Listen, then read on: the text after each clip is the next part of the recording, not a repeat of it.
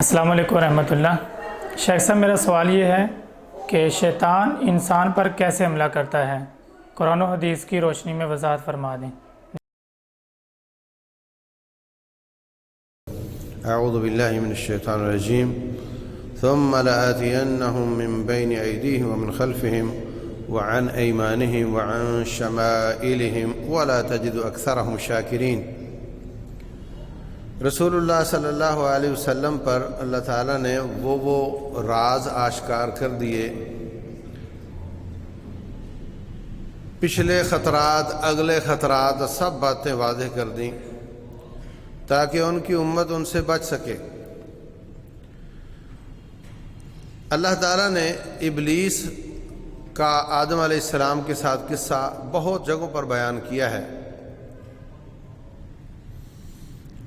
حضرت آدم علیہ السلام کو اللہ تعالیٰ نے مقام دیا، فرشتوں نے سجدہ کیا، ابلیس نے انکار کیا، ابا واستکبر، انکار کیا اور تکبر کیا۔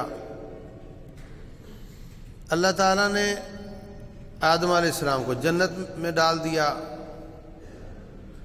اب اس کا تکبر حسد میں بدل گیا کہ میں ان کو یہاں سے نکالوں گا، اس کو مجھ پر فوقیت کیوں مل گئی؟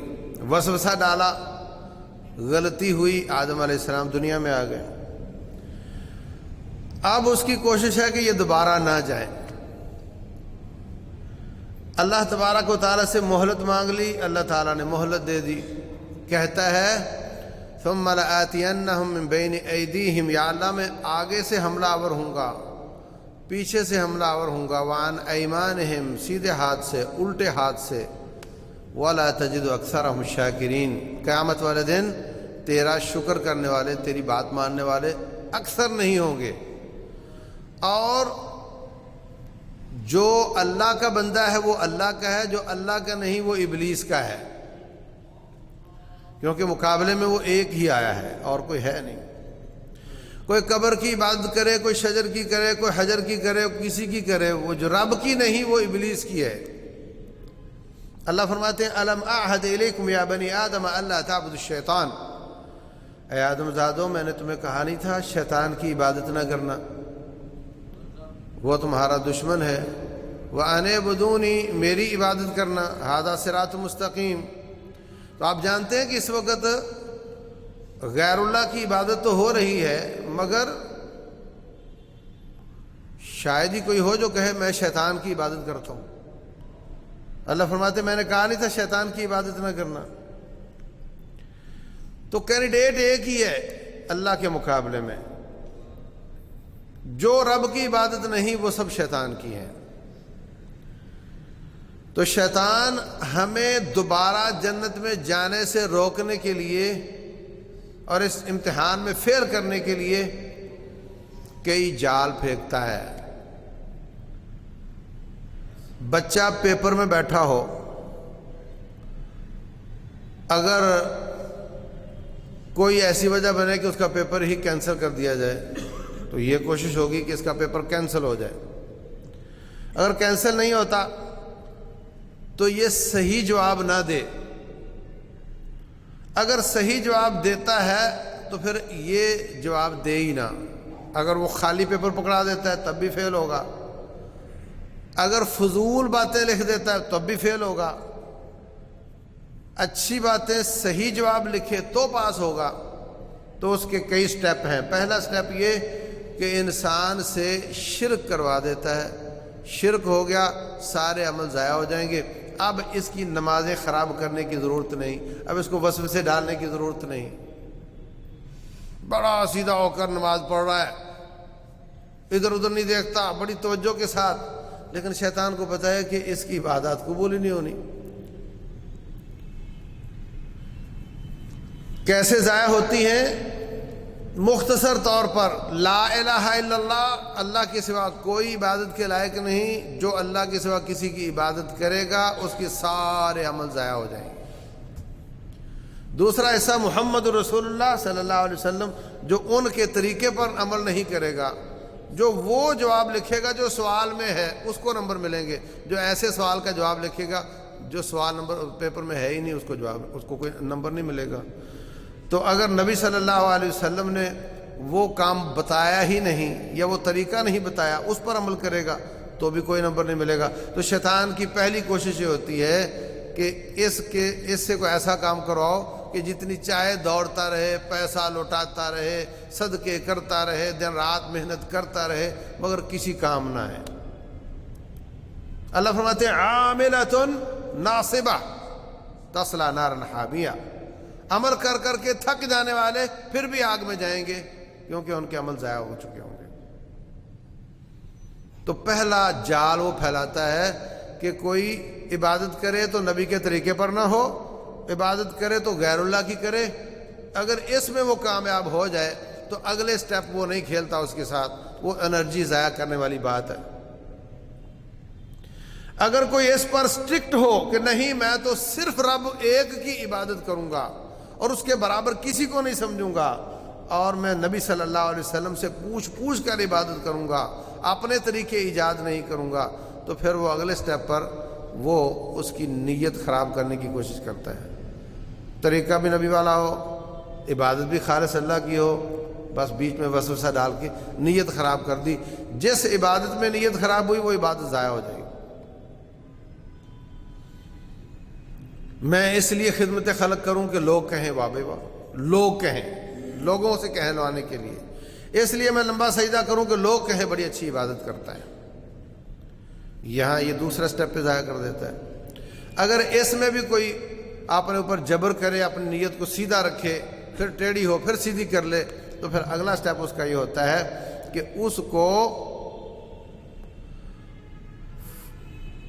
شہوات اور شبہات کا جال ڈالتا ہے۔ شبہات کا جال یہ ہوتا ہے بڑا بچہ نیک ہے، پاک ہے، تہجد گزار ہے، داڑھی پوری ہے، شلوار اوپر ہے، سب ٹھیک ہے، تو اس کو کہے گا دیکھو تم اتنے نیک ہو اور یہ باقی تو سارے کافر ہیں، حکمران اسلام نافذ نہیں کرتے، ان پر فتوے لگاؤ، مولوی ان کو کہتے کچھ نہیں، ان پر لگاؤ، پولیس پر لگاؤ، فوج پر لگاؤ۔ تو لوگوں کو کافر سمجھنا، اپنے آپ کو بڑا مومن سمجھنا، اس طرح کے شبہات پیدا کر کے اس کو کلٹی کر دیتا ہے، اس کی برین واش کر دیتا ہے، اس کو بالکل بیکار کر کے مسلمانوں سے لڑا کر کے تباہ برباد کر دیتا ہے۔ اگر اس میں بھی قابو نہ آئے تو پھر شہوات کا جال پھینکتا ہے، کھانے پینے کی شہوات، عورتوں کی شہوات، دنیا میں مصروف کرنا، دنیا میں الجھانا، حرام حلال کو ایک کرنا، لالچ میں پڑ جانا، یہ جال پھینکتا ہے۔ اس میں کوئی آ گیا تو بھی ناکام ہو جائے گا، بیکار ہو جائے گا۔ اگر نہ وہ عقیدے کی خرابی ہو، نہ نبی صلی اللہ علیہ وسلم کی طاعت کو چھوڑے، اور نہ وہ شہوات میں آئے، نہ شبہات میں آئے، تو پھر وہ اس کو بیکار کرنے کی کوشش کرتا ہے کہ پھر یہ کچھ نہ کرے۔ ایک بچہ پیپر میں بیٹھا کچھ نہیں کر رہا، فیل تو ہو جائے گا، بیکار رہو، کوئی کام نہ کرو، فروٹفل کام نہ کرو، فضول کام کرو۔ کیا کرو؟ موبائل سے کھیلتے رہو، کمپیوٹر سے کھیلتے رہو، ٹی وی کے آگے بیٹھے رہو، برے دوستوں میں بیٹھے رہو۔ اور اگر کوئی شخص اس جال میں بھی نہ پھنسے تو پھر اس پر آخری بار اس کا یہ ہوتا ہے کہ وہ اس کو بالکل، یعنی وہ نہ تو برے کام کرنے میں آ رہا ہے، نہ وہ فضول کاموں میں آ رہا ہے، اب آخری یہ کہ اس کو حلال چیزوں میں الجھا دو۔ کھانا ہے تو زیادہ کھانا ہے، زیادہ لذت والا، بڑا باذوق بندہ ہے، اس کو پتہ لاہور میں کون کون سا ہوٹل اچھا ہے، کراچی میں کون کون سا ہوٹل اچھا ہے، اس کو سب پتہ ہے، باذوق آدمی ہے، تنوع پسندی، کھانے ہو تو 10 قسم کے ہونے چاہیے، کپڑے ہو تو 10 قسم کے ہونے چاہیے، حلال میں توسع کر لینا، ساری کام ٹھیک ہے بھی حلال، مگر اس میں الجھا دینا، اس کو اس میں توسع پیدا کر دینا، اس میں الجھا کر بھی انسان کو مار دیتا ہے۔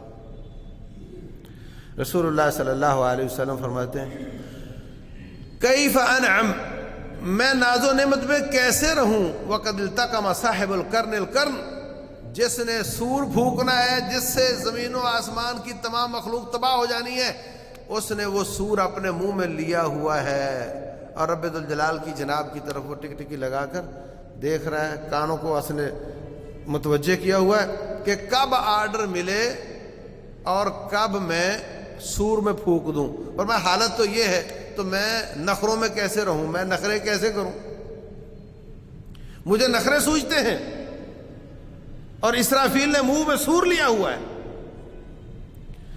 مالی وللدنیا الا کراکب استظل تحت شجرۃ، میری مثال تو ایسے ہے جیسے کہ مسافر جا رہا تھا، آگے دھوپ میں سفر کر رہا تھا، تھک گیا، ایک درخت نظر آیا، اس کے نیچے تھوڑا سا لیٹ گیا، اس کے بعد پھر اپنا سفر جاری کر دیا۔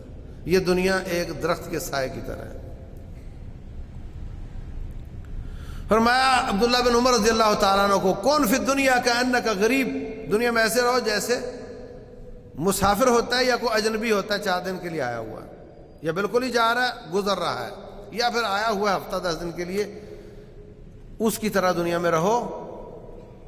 اور عبداللہ بن عمر پھر بعد میں اپنے شاگردوں سے کہا کرتے تھے اذا اصبحت فلا تنتظر المساء، اگر صبح ہو جائے تو شام تک کا انتظار نہ کر، وَإِذَا أَمْسَيْتَ فَلَا تَنْتَظِرِ الصَّبَاحَ، اگر شام ہو جائے تو صبح کا انتظار نہ کر، ہر وقت توقع رکھو کہ میں اللہ کے پاس جا رہا ہوں۔ اور فرمایا کرتے تھے کہ خُذْ مِنْ حَيَاتِكَ لِمَوْتِكَ وَمِنْ صِحَّتِكَ لِمَرَضِكَ، جب صحت ملے تو اتنی کمائی کرو کہ تیری بیماری کے دنوں کے لیے کافی ہو جائے، اور جب زندگی ملے تو اتنی کمائی کرو نیکیوں کی کہ تیری موت کے بعد کے لیے کافی ہو جائے۔ صحت کی حالت میں ایسا ریکارڈ قائم کر دو نیکیوں کا، دعوت اللہ کا، جہاد فی سبیل اللہ کا، کہ بیمار ہو جاؤ تو اللہ تعالیٰ وہی ریکارڈ تجھے وہی نمبر دے دے۔ رسول اللہ صلی اللہ علیہ وسلم فرماتے ہیں جب کوئی شخص سفر میں ہوتا ہے یا بیمار ہو جاتا ہے تو اللہ تبارک و تعالیٰ فرشتوں سے کہتا ہے اگر یہ سفر میں نہ ہوتا اور بیمار نہ ہوتا تو جتنی نیکیاں کرتا تھا اتنی ہی اس کے لیے لکھتے چلے جاؤ۔ تو یہ جال ہے اس کے، یہ اس کا طریقہ کار ہے۔ ہمیں ہوشیار رہنا چاہیے، کانشیس رہنا چاہیے، اور بچنے کی کوشش کرنی چاہیے۔ اللہ ہم سب کو کامیاب کرے، شیطان کی شر سے بچائے۔ واللہ اعلم، وصلی اللہ وسلم وبارک علی نبینا۔